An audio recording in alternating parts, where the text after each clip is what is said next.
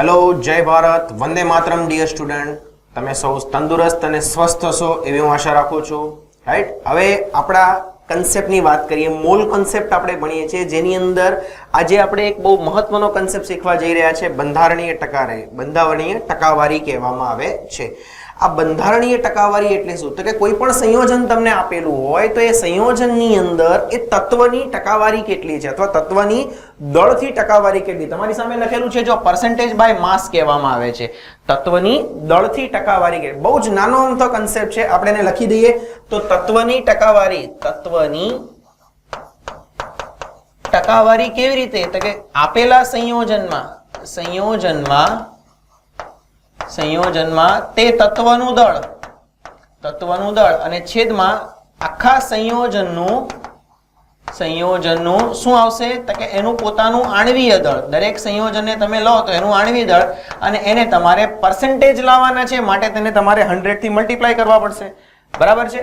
તો પ્લીઝ આ કન્સેપ્ટને ધ્યાનથી જોજો, બહુ જ નાનો અમથો ટોપિક છે પણ બહુ જ અગત્યનો છે। કોઈ પણ તત્વની દળથી ટકાવારી કેટલી, તો એ દળથી ટકાવારીને જાણવી હોય તો એના માટે તે સંયોજન તમને આપ્યું છે તો એ સંયોજનમાં આપેલા તત્વનું દળ કેટલું છે, હું તમને એક્ઝામ્પલ આપું આના પછી, તો એ તત્વની ટકાવારી કેટલી છે, તત્વનું દળ કેટલું છે અને આખા સંયોજનનું દળ કેટલું છે, તો તત્વનું પોતાનું દળ છેદમાં સંયોજનનું કુલ દળ ગુણ્યા 100 મલ્ટીપ્લાય બાય 100। ઓકે, બહુ સિમ્પલ એક્ઝામ્પલ આપણે પહેલા લઈએ તો તમને ખ્યાલ આવશે। ચલો હવે તમારી સામે ઉદાહરણ તરીકે હું તમને લઈ લઉં, ચલો H2O છે તો H2O માટે તેનું આણ્વીય દળ કેટલું? તો કે આપણને ખ્યાલ છે કે આણ્વીય દળ એનું થશે 18 ગ્રામ પર મોલ થઈ શકે એનું આણ્વીય દળ, રાઈટ? મોલ કન્સેપ્ટમાં આપણે શીખ્યા હતા કોઈ પણ પદાર્થના 1 મોલનું જે દળ છે એના આણ્વીય દળ છે, તો પાણી માટે એનો 18 ગ્રામ થશે। ઓકે, ચલો હવે આની અંદર કયા તત્વ છે, તત્વની ટકાવારી તમને પૂછી છે, તો હાઇડ્રોજન છે તો આપણે શોધીએ કે પરસેન્ટેજ ઓફ હાઇડ્રોજન, તો હાઇડ્રોજનનું દળ કેટલું, સંયોજનમાં તત્વનું દળ કેટલું? તો આપણી પાસે પાણી છે, પાણીની અંદર હાઇડ્રોજન કેટલા દેખાય છે તમને? 2 હાઇડ્રોજન, એક હાઇડ્રોજન માટે પરમાણ્વીય દળ હોય છે 1, તો 2 હાઇડ્રોજનનું થશે 2 ના છેદમાં કુલ આણ્વીય દળ, સંયોજનનું કુલ આણ્વીય દળ તમે 18 મલ્ટીપ્લાય બાય 100, આ રીતે તમારું સિમ્પલ કેલ્ક્યુલેશન થશે, તો એ તમારો કંઈક 11.1% જેવું થાય। બહુ સિમ્પલ કેલ્ક્યુલેશન છે, તમે કરી શકો છો। અને સેકન્ડ કયું છે તો કે પરસેન્ટેજ ઓફ ઓક્સિજન, ઓક્સિજન કેટલા? તો કે આપેલા કમ્પાઉન્ડમાં ઓક્સિજનનું દળ કેટલું? તો કે એ 16 ગ્રામ થશે, તો 16 ઓક્સિજનનું અને છેદમાં આખા કમ્પાઉન્ડનું તમારી સામે 18 છે, તો 16 બાય 18 મલ્ટીપ્લાય બાય 100, તો આ તમારા 88.9% જેવું થશે। સો ઓવરઓલ બંને એલિમેન્ટ છે, હાઇડ્રોજન ને ઓક્સિજન બંને કમ્બાઇન થાય છે તો પાણી બને છે, આપણને ખબર છે, બટ એ પાણીની અંદર તમે જોઈ શકો છો કે હાઇડ્રોજન 11.1% વેટની ટકાવારીની હવે 11.1% છે હાઇડ્રોજન માટે, જ્યારે ઓક્સિજન માટે 88.9% જેટલી વેલ્યુ છે। બહુ સિમ્પલ કેલ્ક્યુલેશન થઈ ગઈ। ઓકે, ચલો આના જેવો એક બીજો ક્વેશ્ચન આપણે જોઈએ। જો હવે તમારી સામે સેકન્ડ એક ક્વેશ્ચન આપેલે, તમે આને ઓળખતા હશો C6H12O6 કમ્પાઉન્ડને આપણે કહીએ છીએ ગ્લુકોઝ, રાઈટ? તો ગ્લુકોઝ છે તો ગ્લુકોઝ માટે આણ્વીય દળનું મૂલ્ય એ 180 થશે, 180 ગ્રામ અપોન મોલ લખી શકાય। એનું ટોટલ આણ્વીય, આખા કમ્પાઉન્ડનું ટોટલ આણ્વીય દળ કેટલું થશે? 118 થશે। ઓકે, હવે તમે મૂકી શકો છો આમાં પરસેન્ટેજ મૂકો, ચલો કાર્બનના પરસેન્ટેજ કેટલા? પરસેન્ટેજ ઓફ કાર્બન, તો કમ્પાઉન્ડમાં કાર્બનનું દળ કેટલું? એક કાર્બન માટે આપણે જાણીએ છીએ પરમાણ્વીય દળ એનું 12 થાય, 6 કાર્બન છે માટે 72 લખી શકાય। ઓકે, એ રીતે ન લખો તો તમારે બીજી રીતે પણ છે, તો આમ પણ લખી શકાય, જોઈ શકો છો તમે। 6 કાર્બન, સિંગલ કાર્બન માટે 12, ટોટલ કેટલું છે સંયોજનનું આણ્વીય દળ કેટલું છે કે 180 મલ્ટીપ્લાય બાય 100। બહુ સિમ્પલ કેલ્ક્યુલેશન થશે, આની કેલ્ક્યુલેશન તમે કરશો તો એ તમારે ઓલમોસ્ટ 40% જેટલું આવશે। તો કમ્પાઉન્ડમાં, આ કમ્પાઉન્ડની અંદર જે કાર્બન છે ટોટલ માસ 180 છે, એ 180 માંથી 40% માસ જે છે એ કાર્બનનું હશે એમ કહી શકાય। સમજ પડે છે બધાને? 40% જે માસ છે કોનું થશે? કાર્બનનું હશે। ચલો સેકન્ડ આપણે ગણીએ ઓક્સિજન માટે, પરસેન્ટેજ ઓફ ઓક્સિજન।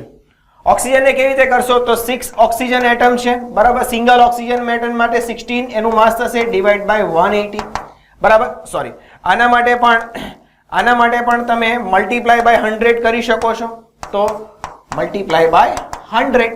તો આની કેલ્ક્યુલેશન કરશો તો એ તમને 53.3% જેટલી મળશે. તો સિમ્પલ કેલ્ક્યુલેશન 53 અને 40 તો તમારા 93% તો થઈ ગયા. તો રિમેનિંગ પર્સન્ટ જેટલા બાકીના ટકા છે એ કોના હશે? તો કે હાઇડ્રોજનના. સો પર્સન્ટેજ ઓફ હાઇડ્રોજન તો એ તમારા 6.6% જેટલું થશે, નિયર અબાઉટ.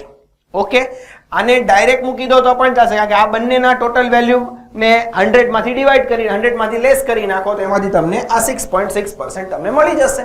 ઓકે, તમે કેલ્ક્યુલેશનમાં મૂકો તો બી ચાલશે. 12 ઇન્ટુ એટમિક માસ 1 અને 180 મલ્ટીપ્લાય બાય 100. તો આ રીતે બી તમને આનો આન્સર મળશે.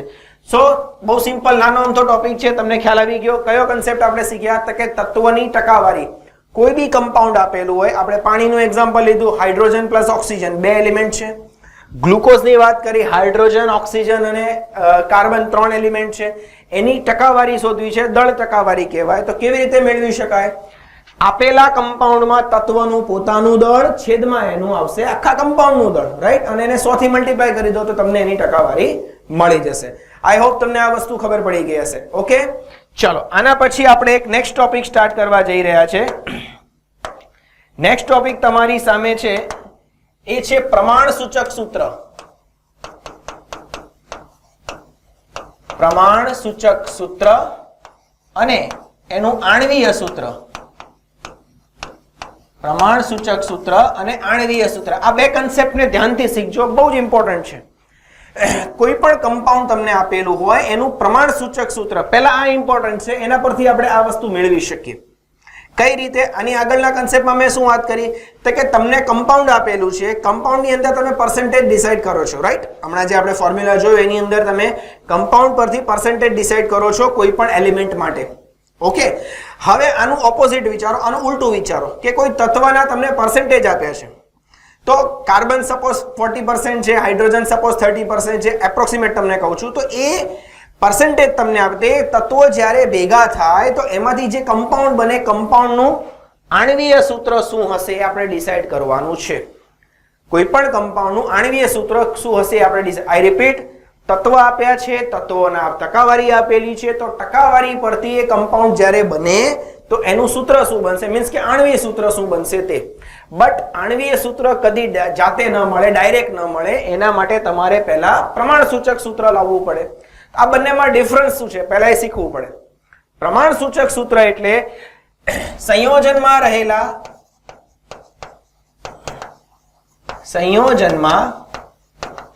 રહેલા તત્વોનું પ્રમાણ દર્શાવે છે, તત્વોનું પ્રમાણ દર્શાવે છે. જ્યારે આણ્વીય સૂત્ર શું છે?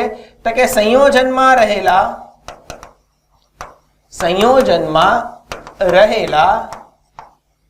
તત્વો, સંયોજનમાં જે આપણી પાસે તત્વો છે એ તત્વોની ચોક્કસ સંખ્યા બતાવે છે. તત્વોની ચોક્કસ સંખ્યા બતાવે છે, તત્વોની ચોક્કસ સંખ્યા આપણને બતાવે. આ શું દર્શાવે છે? પ્રમાણ દર્શાવે છે. આ એની ચોક્કસ સંખ્યા દર્શાવે છે.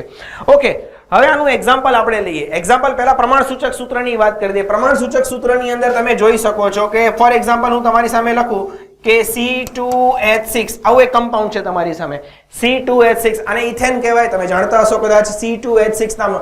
તો આની અંદર તમે જોઈ શકો છો કાર્બન કેટલા છે? તો કે 2. હાઇડ્રોજન કેટલા છે? તો કે 6.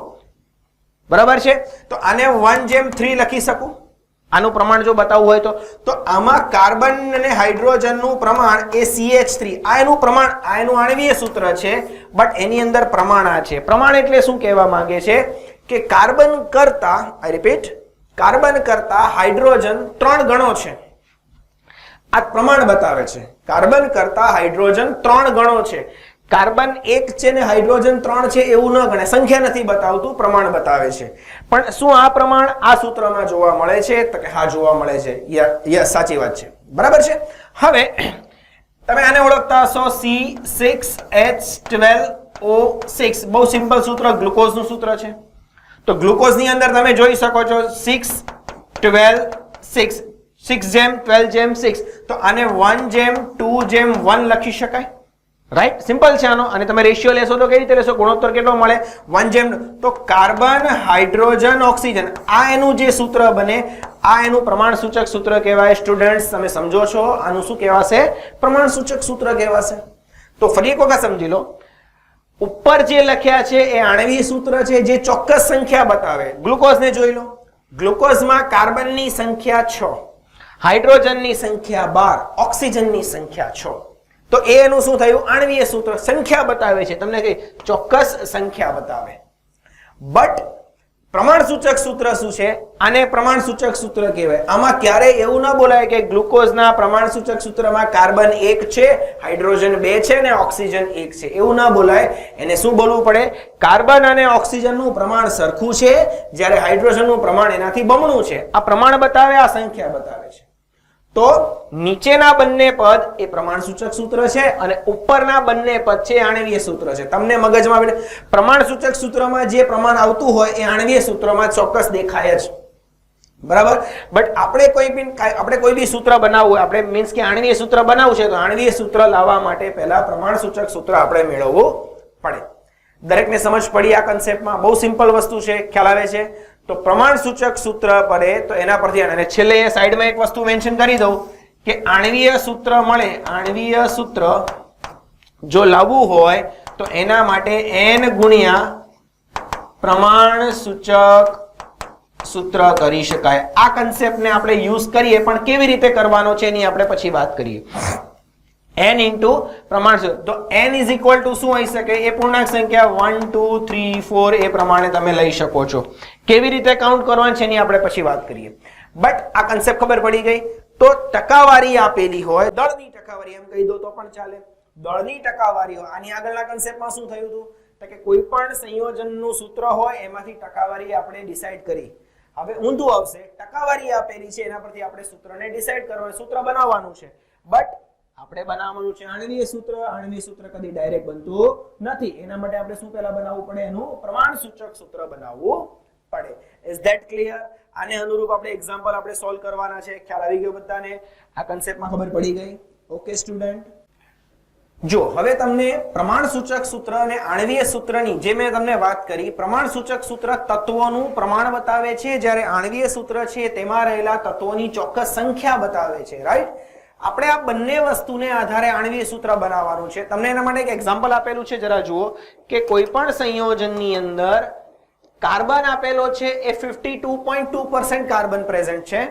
હાઇડ્રોજન તમે જોઈ શકો છો 13% છે, જ્યારે ઓક્સિજન તમારા 34.8% છે. તો આ સંયોજન માટે આણ્વીય દળ આપેલું છે, કેટલું છે? 92. તો તેનું આણ્વીય સૂત્ર આપણે બનાવવાનું છે. બરાબર? તમારી સામે આ એક સાદી મેથડ લખેલી છે. મેથડને એક વખત સમજી લો ઝડપથી, પછી આગળ તમારા ક્વેશ્ચનને તમે ઝડપથી સોલ્વ કરી શકો. રાઈટ? 3 એલિમેન્ટ છે, carbon, hydrogen, oxygen. Are you clear? Carbon 52.2% છે, હાઇડ્રોજન તમારા 13% છે, જ્યારે ઓક્સિજન તમારા 34.8% છે. બરાબર છે? હવે આપણે શું કામ કરવાનું છે? પહેલું કેલ્ક્યુલેશન શું કરવાનું છે? આ જે 3 વેલ્યુ છે તમારા પર્સન્ટેજ થયા. પર્સન્ટેજને તેના પરમાણુ દળ વડે ભાગી નાખો. ચલો કેવી રીતે થશે? તો 52.2 ડિવાઇડ બાય કાર્બન નો પરમાણુ દળ કેટલો થશે? તો કે 12. આની વેલ્યુ 4.4 સમથિંગ થાય. ચલો હાઇડ્રોજન એટોમિકમાં સોરી પર્સન્ટેજ કેટલા આપે છે? 13. હાઇડ્રોજન માટે પરમાણુ દળ 1, તો આ તો તમારા 13 જ થશે ડાયરેક્ટ. જ્યારે ઓક્સિજન માટે 34.8 એના પર્સન્ટેજ આપ્યા છે, પરમાણુ દળ એનું કેટલું થશે? 16. તો આ તમારા 2.2% થશે. તો આ ત્રણ જે વસ્તુ મળી 4.4, 13 અને 2.2 કેવી રીતે લાવ્યા? તો કે જે ટકાવારી તમારી છે એને તમે તમારા પરમાણુ દળ વડે ડિવાઈડ કરી નાખો. ઓકે, હવે નેક્સ્ટ સ્ટેપ તમારું છે સાદો ગુણોત્તર. સાદો ગુણોત્તર એટલે બીજું કંઈ જ નહીં, આ ત્રણ વેલ્યુ જે મળે, ત્રણમાં જે સૌથી નાની વેલ્યુ હોય એના વડે ડિવાઈડ કરી નાખીએ. ચલો તો 4.4 ડિવાઈડ બાય 2.2 જોઈ શકો છો, તો આની વેલ્યુ તમારી 2 થશે. ઓકે, 13 છે તો 13 ના છેદમાં 2.2 આ તમારા 5.9 થશે, બટ તમે ઇક્વલી એને 6 લઈ શકો છો. ઓકે, અને લાસ્ટમાં 2.2 છે એને પણ 2.2 વડે ડિવાઈડ કરો તો તમારી વેલ્યુ થશે 1. તો પ્રમાણ તમને શું મળ્યું? તો 2, 6 અને 1 મળ્યું. કે આ પ્રમાણ બતાવે છે એ જેનું પ્રમાણ સૂચક સૂત્ર. કેવી રીતે? તો સૂત્ર એ લખી દઉં છું, કાર્બન જે વેલ્યુ છે કાર્બનની જે વેલ્યુ છે તમારી સામે એ આપણે લખી દઈએ. સોરી, હવે તમે જોઈ શકો છો કાર્બન કેટલા મળ્યા? કાર્બન 2, હાઇડ્રોજન 6 અને એક ઓક્સિજન છે, જોઈ શકો છો. કાર્બન 2, હાઇડ્રોજન 6 અને એક. તો આ જે મળ્યું ને આ એનું શું કહેવાય છે? પ્રમાણ સૂચક સૂત્ર કહેવામાં આવે છે. કોઈ પણ તત્વનું કોઈ પણ સંયોજનનું પ્રમાણ સૂચક સૂત્ર મળ્યું એમ કહેવાય. પ્રમાણ સૂચક સૂત્ર હવે સાંભળો જો, આપણે એકવાર વાત કરી. પ્રમાણ દર્શાવે છે ઓક્સિજન કરતા કાર્બનનું પ્રમાણ બમણું, ડબલ છે. જ્યારે ઓક્સિજન કરતા હાઇડ્રોજનનું પ્રમાણ 6 ગણું છે. હાઇડ્રોજનની સંખ્યા 6 નથી, હાઇડ્રોજનનું પ્રમાણ 6 ગણું છે. હવે આના પરથી આપણે કેલ્ક્યુલેશન કરવાની છે, જોતા જજો. પ્રમાણ સૂચક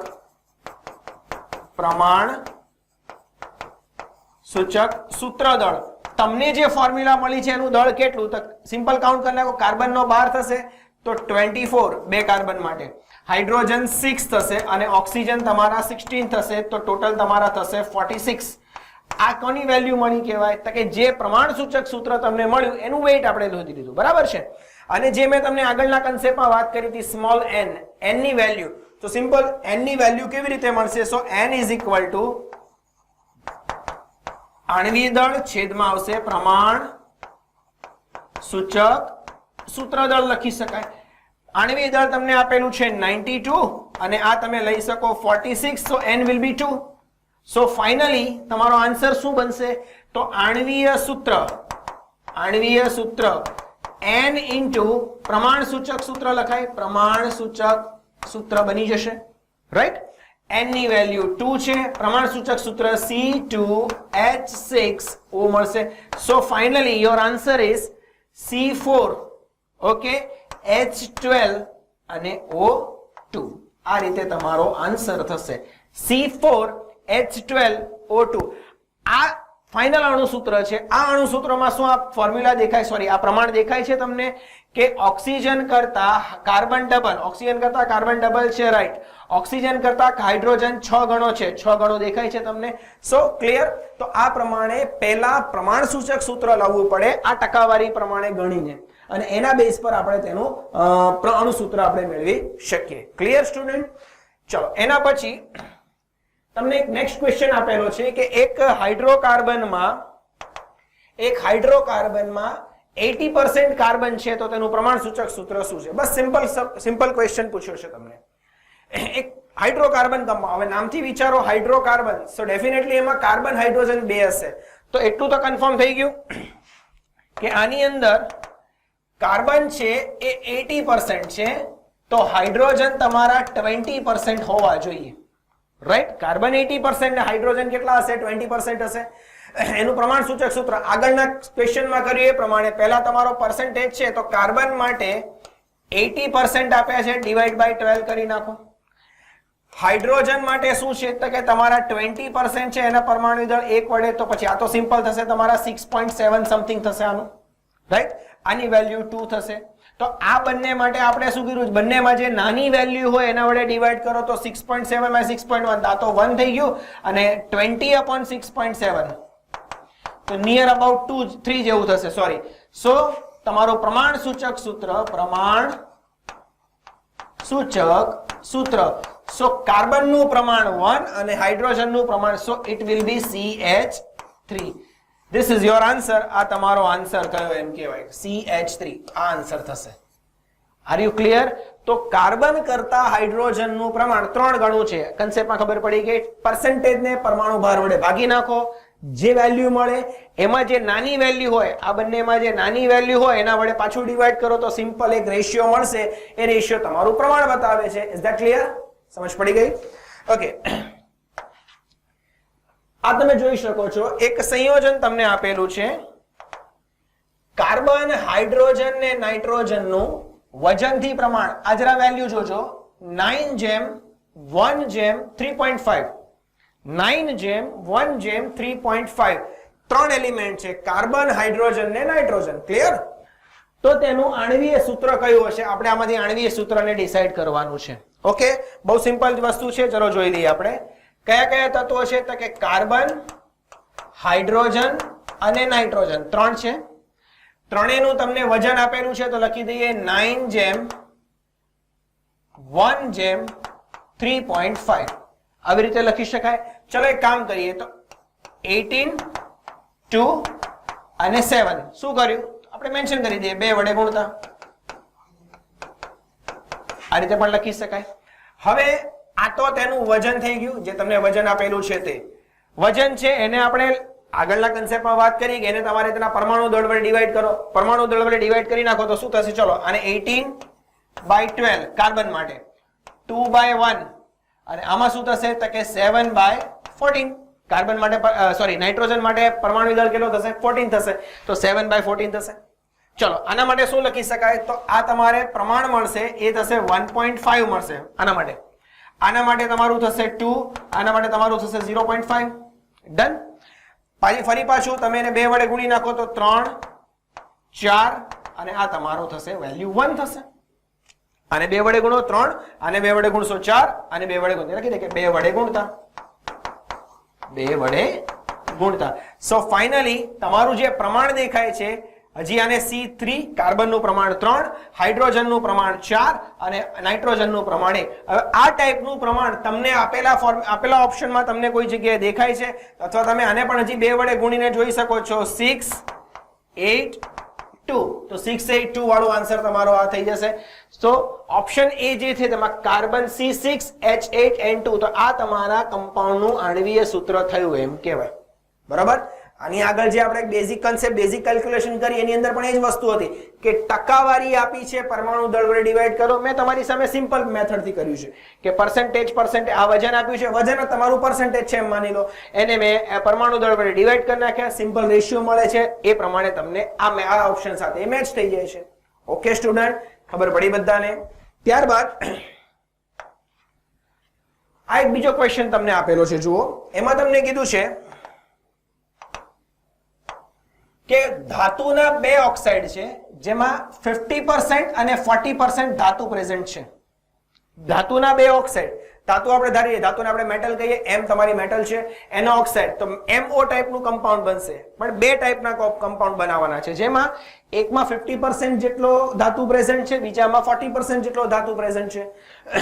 તો બેમાંથી એકનું સૂત્ર MO હોય તો બીજા ઓક્સાઇડનું સૂત્ર કયું હશે? તમને 4 ઓપ્શન આપેલા છે. કન્સેપ્ટ ખબર પડી? ધાતુના 2 ઓક્સાઇડ છે, બંને ઓક્સાઇડમાં ધાતુની ટકાવારી એકમાં 50% છે, બીજામાં 40% છે. તો બંનેની અંદર એક ઓક્સાઇડ જે છે એનું સૂત્ર તમને આપી દીધું છે MO ટાઈપનું. તો સેકન્ડનું સૂત્ર સેકન્ડ જે ઓક્સાઇડ બને એનું સૂત્ર કયું હશે તે ચલો આપણે ડિસાઈડ કરી દઈએ એને પણ. ચલો હવે જુઓ, ધાતુના 2 ઓક્સાઇડ તો M અને O એવું કહેવાય. ધાતુનો ઓક્સાઇડ M ફોર મેટલ અને O ફોર ઓક્સિજન. આમાં પણ બીજો આવશે M અને O. આ રીતે તમે મેન્શન કરો. ચલો પહેલામાં તમને એમ કીધું છે 50% ધાતુ છે તો ડેફિનેટલી આ બી 50% હશે. રિમેઇનિંગ 50% બાકીના 50% કોણ હશે? ઓક્સિજન હશે. તો પછી આ પર્સન્ટેજ છે ને તમે ગ્રામ ધારી લો તો આ એમ કહેવાય 50 ગ્રામ, તો આ પણ તમારે 50 ગ્રામ થશે. સો સિમ્પલ 1 ગ્રામનો રેશિયો મળે તો ડેફિનેટલી આ 1:1 જ મળ્યું. તો તમારું સૂત્ર જે બનશે ફર્સ્ટ સૂત્ર એ તો બહુ ઈઝી છે, MO થઈ ગયું જે તમને ઓલરેડી આપેલું છે. ઓકે, એમાં કોઈ ઇશ્યુ નથી. આને જુઓ ચલો, મેટલ કેટલું છે તો કે 40%. મેટલ 40% છે તો ઓક્સિજન કેટલા થાય? 60% થશે. મેટલ તમારે 40% છે તો ઓક્સિજન કેટલા થશે? 60% થાય. ચલો આને આપણે એમ લઈ લઈએ તો પણ ચાલે, 40 ગ્રામ તો આને કહેવાશે 60 ગ્રામ. એમ પણ લઈ લો તો પણ ચાલે.